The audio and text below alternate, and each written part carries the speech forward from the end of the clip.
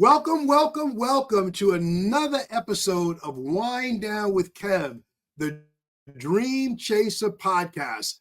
Right now, we're on a mission. We are doing 50 podcasts with 50 agents from 50 different states.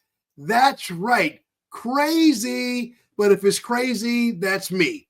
But before we start the podcast, let me start humbly and gratefully by saying thank you to all of you for tuning in, for watching the podcast, for subscribing and following at Wine Down with Kev on YouTube. Greatly, greatly appreciate it. Everything I do, I must start with gratefulness and humility before I say anything else. That being said, we are on a mission today. We are headed to the great state of Utah, where we are going to meet an amazing agent. He's a great Allstate agent. He's an amazing husband and father with quite an incredible background. Most importantly, he is someone that I'm very proud to call my friend. Ladies, gentlemen, subscribers, let me introduce you to Curtis Osler. Curtis, welcome to the podcast. Thanks, Kevin. I appreciate it. I appreciate you for being here. Curtis, we're going to talk about some insurance stuff, but man, the art you have in the back of your office, you've got two of my favorite people back there. Talk to me about how you came about getting that Karl Malone jersey and John Stockton, the leading man in assists in NBA basketball history. How does someone get those jerseys? Well, don't forget Stills too. He's Yes. I'm not going to slight him. He was slight of height, but not of toughness and not of skills. So I had the opportunity in high school to become a ball boy for the Jazz. I had a friend who told me that his brother was a ball boy for the Jazz, and that's what I wanted to go do. And so I had to go and hustle my way in. Most people had an opportunity where they had someone that worked for the Jazz, and that's how they got into be a ball boy. But I just went and hounded the guy. His name was TC, who ended up being my boss, and I hounded him for about a year to let me come in and be a ball boy. And so I was able to get to know both of them, work back in the locker rooms, go to practices, see a lot of really cool stuff, and meet a lot of really cool people. Like I got to see players from all around the league. I got to be in the locker room with Michael Jordan when he was with the Wizards. It was a really neat experience and something I'll never forget. Well, with you being in the arena, I believe the most famous game ever that took place in Utah, as it relates to Michael Jordan, I have to ask you, were you there for Game 6, the flu game?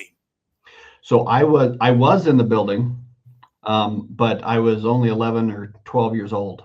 So a family friend who actually got me into the insurance space, or got me pushing towards the insurance space, he got us tickets to that. My dad and I were able to go to that, and that was really, looking back, it was really cool. As a Jazz fan, I wasn't super happy at the time, but being there part of history was cool. I love it. I'm not going to ask you if you have a friendship with the place that served them the pizza that supposedly is the reason that things didn't go well. So I'm not going to ask you that. I'm not going to put you in a position to incriminate anybody. So Curtis, my man, I'm so glad that you're here with me on the podcast. I tried to give you a nice, warm introduction. Tell the people something about yourself that I didn't say. I've got a wonderful wife. She is currently she just started her doctorate of nurse practitioners at the University of Utah. So she's been a nurse for the last 15 plus years, and it's time for her to try something else. And she helped me start this business 9 years ago, and now it's her turn to go back and do something cool. And I've got two wonderful kids, a 7-year-old, her name's Jules, and she's in 2nd grade, and a 3-year-old who's got way more energy than I know what to do with, and his name's Bo. I love it. Shout out to your wonderful wife. Had a chance to hang out with you and your wife. Kind of my pre-birthday celebration. We're down in Cancun for CWC, wonderful conference.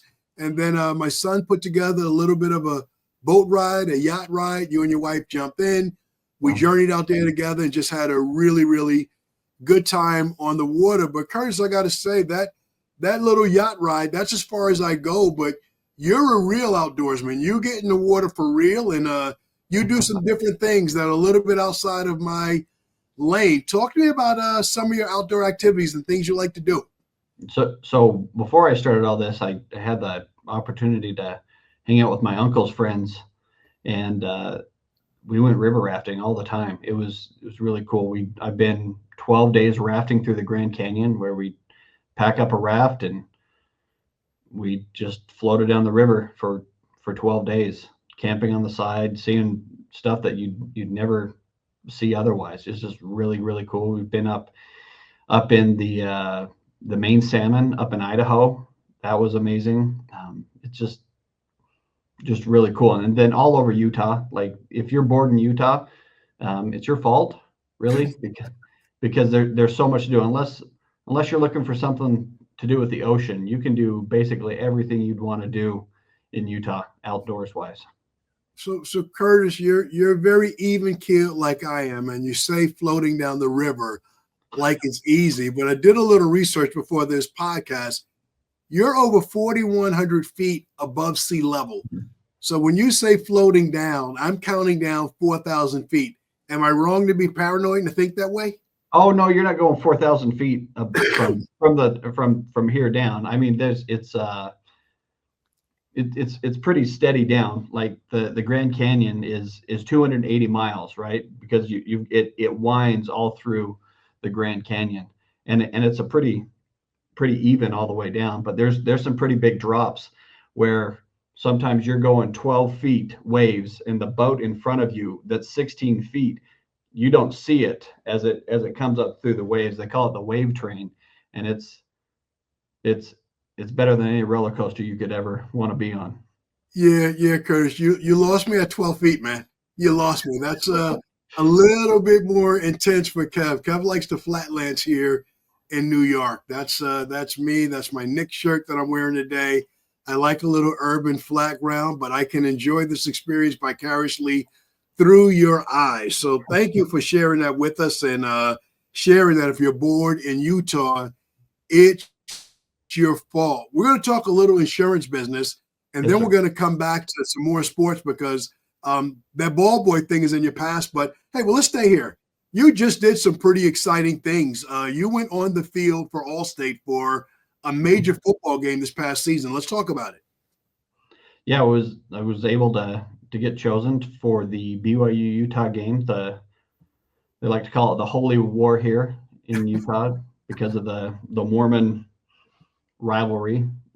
Brigham Young started the University of Utah, but then the school down south was named after him. So it's always a little contentious a little bit. So they call it the Holy War. So I was able to go out on the field during that game, and Utah wasn't supposed to even compete in that game. And I was able to be out there on the field, and Utah was doing really well. So it was exciting at the time, and the game didn't end up the way that I wanted it to, but it was really cool to be out on the field. That was the first time that I've been able to do that, and it's just really neat. And getting text messages from people around the stadium that knew me, that said that was cool. It was a neat experience. I love it. And when I'm podcasting, when I'm selling, when I'm coaching, when I talk to people, I listen to what you say and I listen to what you don't say. So I heard it loud and clear when you said there's the Utah school and then the other school down south. So we got that one from Urban Meyer when he was here, when he was the coach of Utah, the team down south. I love it. Well, I'm sure you have customers in both places, so we'll be nice. We won't dig into that any further. You've got customers that are alumni of both. So, hey, DJ, what's up? I'm in the middle of recording the podcast. I know, man. No. Yeah. So, this guy, we want to talk about something different. He's trying to get his website and his Google My Business page going. Yeah, I know. Well, everybody knows you helped me to get to the 2 Comma Club, but and be seen by a couple of million people. But This person wants to do something different. They're trying to run ads to their book of business, their model line campaigns and stuff like that. I know, Kev. Oh man. Well, DJ, talk to the people, man, so I can get back to the podcast. How can you help? Yeah, man. So listen, I can help you by running monoline ads to your auto, your home, as well as optimizing your website, your Google business profile, and your social media outlets. We can do the exact same thing we've done for Kevin over the years and get you in front of millions of sets of eyeballs to help you grow your business. Contact Carroll Media today. Kev, let them know. DJ, I appreciate you jumping in the podcast. Hit up Karl Media. DJ, I gotta go. I gotta get back to the podcast. I know. Curtis, let's dial back 9 years. You gave credit to your wife, and I want to shout her out as well. You mentioned 12 years as a nurse, but not just a nurse. If my memory serves me correctly, and sometimes it doesn't, trauma nurse, am I correct? Cardiac ICU. Yes. Okay. Yes, sir. I knew it was something major. I knew it was nothing like cardiac ICU. So when they get to her, it's pretty important. All the lights are on. She's pretty cool. The stuff she does and the stuff she comes home and tells me. Sometimes I don't want to hear all of it, but she does some pretty cool stuff. Well, it's 38 years in the marriage business. I've learned to listen. I'm not really that good at it, but my favorite scripture, Curtis, is study to be quiet. Just don't say anything and listen. Engage. Be present in that moment, and the rest of it works out. So let's go back to 9 years ago. You said you got in the insurance business 9 years ago, and your wife helped you get in. Help our listeners. Help us understand. What does that mean? How did that work? So I was working for a vitamin company at the time, a multi-level marketing company. I did marketing, and then I also traveled around the country helping our young distributors. I created an entire group for the company of the young distributors in the company, because I could see that the older distributors were coming up, and they were getting tired, and at some point they were going to retire, and I wanted to work there a long time. But I realized that we needed a younger generation. So I was traveling all over the country, helping these younger distributors figure out how to run their businesses and different things like that. And then I met my wife 11 years ago on Valentine's Day. So we're coming up on 11 years. Nice. And we got married, and it'll be 10 years that we're married here in May. And it just, I needed to kind of go out and do my own thing. And coming out of college, out of the University of Utah in 2009, I had a job lined up with Cincinnati Financial, and it coincided with the downfall with the housing crisis in 2008. And so all those financial jobs kind of went away. Yes. So that job with Cincinnati Financial went away. So I went to work for For Life, right? And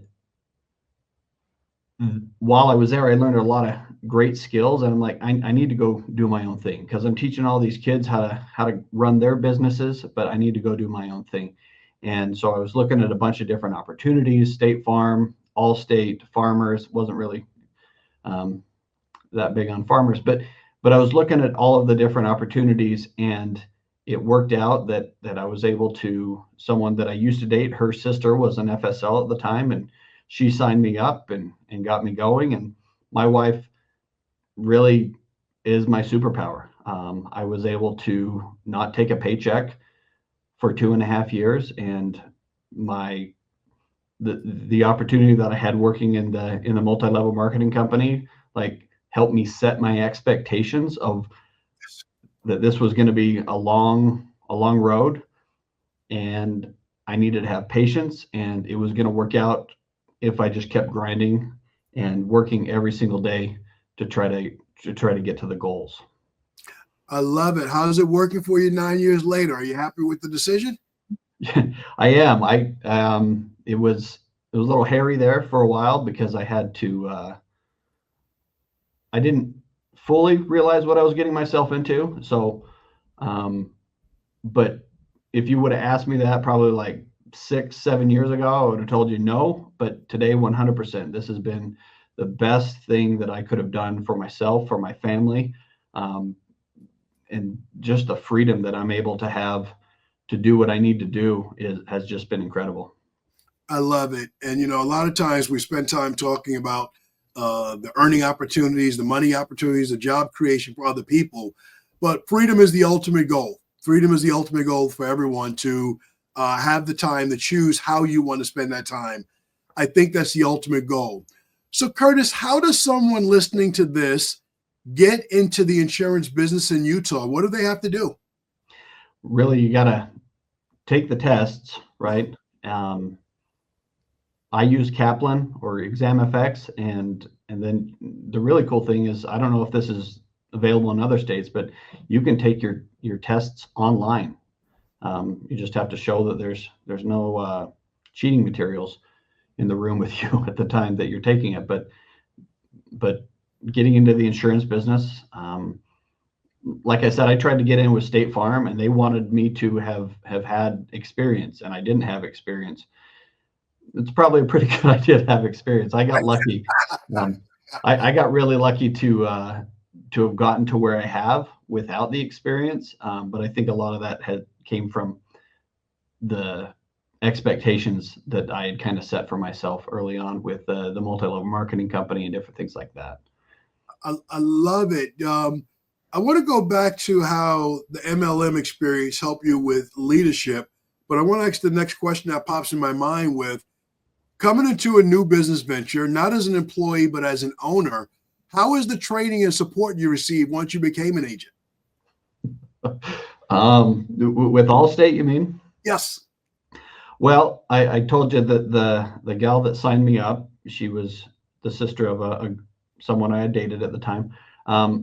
My first day, she calls me and tells me that she had taken a job in Tennessee as the TSL. And it took them a while to replace her. So if it wasn't for Craig Wiggins and Joseph Puckett, I wouldn't be where I am today. They and the groups, that was my training. I love it. So for those that don't know, you sought out mentorship from Craig Wiggins coaching, CWC, Joseph Puckett, who helped Craig with everything at the time. How did you come across CWC? How did you find it? And how did that mentorship change the trajectory of your career? Well, luckily I had someone add me to the Transform Your Agency group. Yes. And that was invaluable. I remember I had a lot of anxiety attacks and panic attacks, which is not something that I was prone to before, but just worried about being able to do things. And I remember laying in bed one night, I can't even remember what the problem was, but thinking there has got to be someone else that's dealt with this. And so I jumped onto Transform Your Agency, and I just started asking question after question after question, because I didn't have any real support from local leadership. There was a couple FSLs that would help me out here and there, but they weren't my person. So I just kept asking question after question, and really that's how I got connected with Craig and Joseph and Tom Bianco and Yes. Jeff Heidelberger, Mark Mercer. Like I've been very blessed to have so many people help me along my journey. It's been incredible to just the community.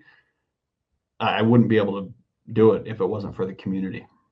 I love it, Curtis. I love it. Those answers were underneath the other statements, and I definitely had to dig it out and give just credit where it's due. So shout out to everyone whose name that you named in that remark. Let me ask you this.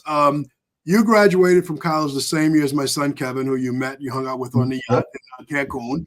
He had the exact same experience, graduated from college in 2009, and pretty much the pre-graduation speech was, thanks for coming. We have no jobs for you, but if you have some more money to spend, you can stay here and get a master's degree. So that wasn't really a good feeling, being in New York, graduating to the belly of the beast. So definitely can relate to it. So you go into MLM. How much did you learn about recruiting and building a team in that capacity, and how has it helped you as an Allstate agent?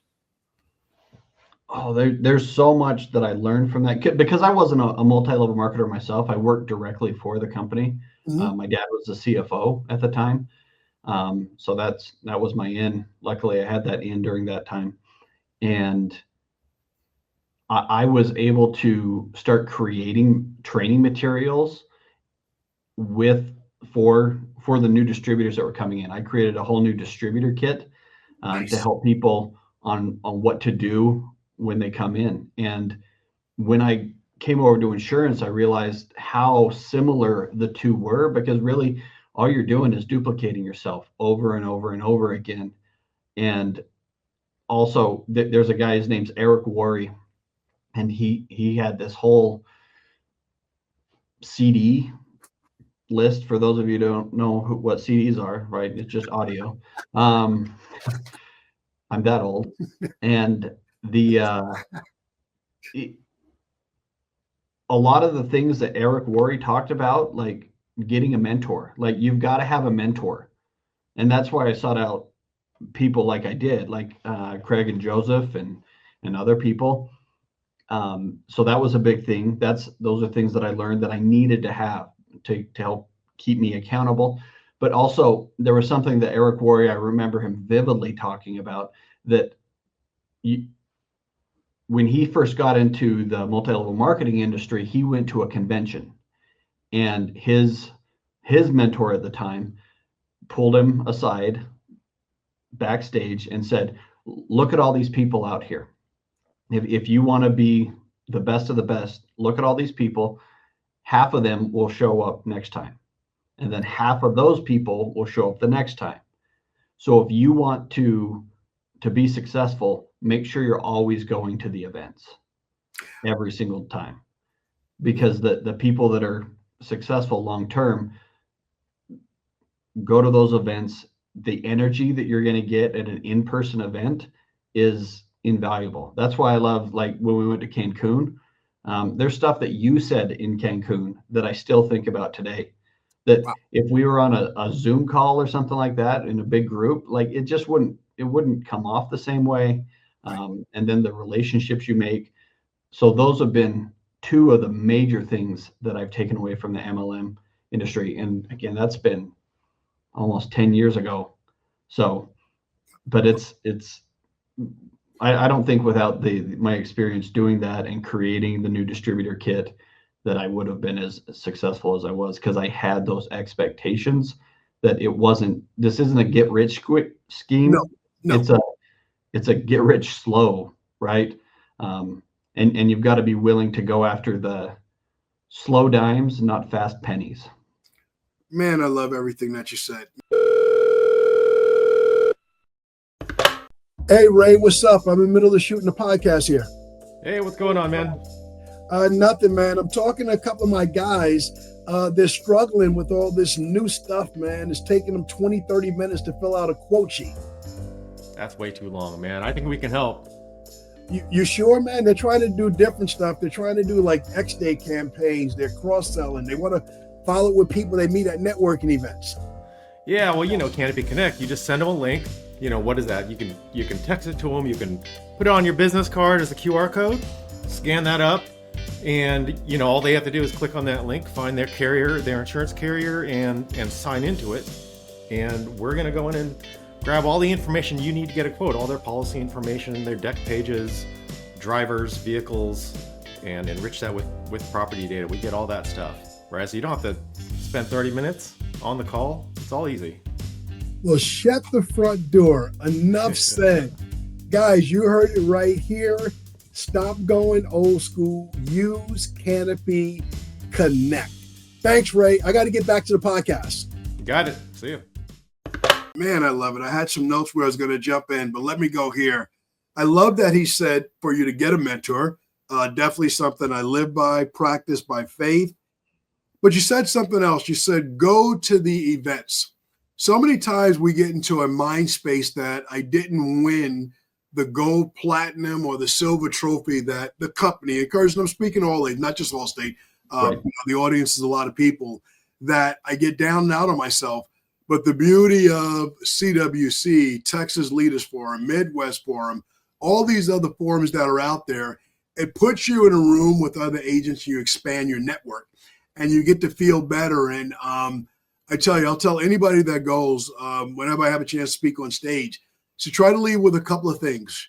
Try to leave with one idea and the phone number of one friend. If you get both of those things done, you've had a great conference, because there's no cap on how much money you can make with that one idea. And there's no cap on how far you can go with having that one friend. You and I, me being in New York, you being in Utah, we don't get together for coffee often, but when we're on a trip, you're a breakfast person like me, we're going to have coffee together. Right. We do something outside, we're going to do that together. So that's definitely a beautiful thing. And I think that's a good statement. Knowing your journey, if someone were to approach you and say, hey, I heard you on the podcast, I'd love to get into the insurance business. What do you think? A lot has changed in 9 years since you've been here. How would you answer that question? Well, I had an agent call me that got out of the game. I actually purchased his book of business 4 years ago to add to mine. And I think Allstate is, there's not a better opportunity out there, but you've got to be wanting to grow. There's other opportunities out there if you want to do that as well. But I think setting the expectation is a big thing. When I tell people that I didn't take a paycheck for two and a half years, and my wife supported us the whole time, you've got to be ready for those kind of things, that it's not just money instantly. Because I've got friends that have called me up and said, hey, I want to get into this. How did you do it? What was your journey? And I tell them, and they quickly turn away. But so you got to have the stomach for it. But I started from scratch, right? So there's other opportunities where you can purchase books of business where maybe it's not as gut wrenching. So, Kurt, let me ask you a question. You start from scratch. This is 2025, 9 years ago. Let's call it 2016. Fair enough? Yep. How'd you start writing business? Cold calling, door knocking, networking, direct mail? What was the strategy? Warm transfers have been my big thing since getting going. I mean, but going back to the MLM thing, I knew it was a volume play, and I needed, because I started on a contract with Allstate called ADB. Yes. And it started, I think it was like 37% on new business. Yes. So and it went away really after 3 years, but it kind of tail ended into the fourth year. But I knew that I needed to maximize that contract as much as I could and grow as fast as I possibly could within those first 3 years, so I could offset, right? And then luckily for me, and Joseph Puckett jokes with me that I came in just at the right time, because when my ADB was running out, that's when Allstate was starting with the enhanced compensation on new business and the variable comp. And that was, so I've never been off an enhanced commissions new business contract.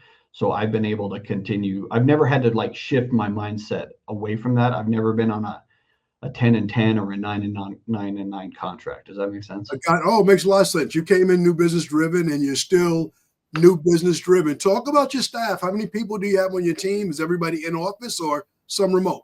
So I've got 4 salespeople. One of them is here in my office here in Bluffdale.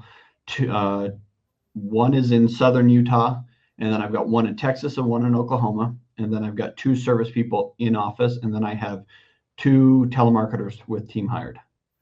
You have a big team going from scratch and not taking a paycheck home for 2.5 years to look where you are today. That's amazing. So Curtis, I've been, one of the reasons I did the 50 agents in 50 states, I wanted to learn a little bit about how insurance shows up in different states and the importance of having a local agent. There's some things that you know about Utah that I just don't know. 4 decades in the business, almost 4 decades in the business, I wouldn't know where to begin to prepare people locally to properly protect themselves. What would you say are some unique things about insurance in Utah that everyday people might know that it's important to talk to you as a local agent as opposed to 1-800 number or a .com only? I think one of the biggest things is just the amount of attorneys. The attorney-driven claims in the state of Utah has gone up dramatically since 2020. We've got that historically hasn't been the case. Before 2020, we didn't have a whole lot of that. Our average premium per item was like $380 per item. Wow. And now we're pushing a little over 800. And a lot of that has to do with attorney-driven claims, because it's just every other radio ad, it seems like, is an attorney, all of the billboards. So it's talking to customers about those things. They just don't truly understand what's at risk when if they were to be in an accident, and it was their fault and they caused a lot of damage. And my wife being a nurse, like, I have a little bit more information on what healthcare costs are. And like Yes. the life flight around here, the helicopters that are taking you to the hospital, those have all been privatized. They used to be a lot cheaper to run, but now because they're privatized, they can charge whatever they want. So it costs a lot more. And then just being able to navigate the home insurance space, because like we saw in California with the fires, Utah has a fire risk. We haven't had a lot of fire risks, knock on wood, with our homes, but we do have that potential. We have a lot of people building up in the mountains now, and those risks continue to get more and more. Interesting. So so obviously we're talking about the California wildfires that happened last week at the time of this shooting. People may be watching it sometime down the road. Excuse me. So you said Utah does have that risk because we're building in the mountains. You're an outdoorsman. We talked offline before joining the podcast about some of the hiking you've done up to 11,000 feet. Mm-hmm. So I would imagine with Utah already being 4,000 feet above sea level, when you get into the heights in the mountains, the wind and the potential for danger is a little bit different and exposes some risks. Well, and we're a pretty dry state. I mean, we're a desert, and if it's a dry year, which certainly can happen, just like down in the Santa Ana winds, like those winds can pick up some embers and take it a ways, and everything just goes up. So being able to navigate that, but also navigating our underwriters to help with inspections. If you're writing your own house policy online, you're not able to go to bat for yourself to figure out what you can do to mitigate your home so you can get the insurance on it. There's a lot of companies that have just, in southern Utah, that have just said, we're not insuring this area or this town. So those are the things, and it's usually the 1-800 numbers that are just making blanket statements and saying we're not insuring there anymore. Right. And well, they're not there. They don't know the local market, and they don't have local expertise on the ground like you. So that's definitely an answer to the question. And when I heard you talking about the new risk of so much stuff being driven by lawsuits, driving up the prices, I imagine you and your team spend a lot of time talking about liability limits, medical pay limits, and probably umbrella policies as well. Yep. Definitely. Now, I also, I think I knew this, but I did more reading. I think you and I talked about it.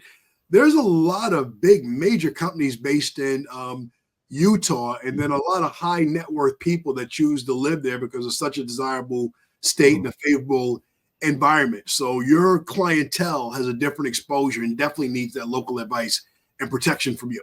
Right. Yes, sir. Yeah, we've got a lot of people that have moved in all over the country.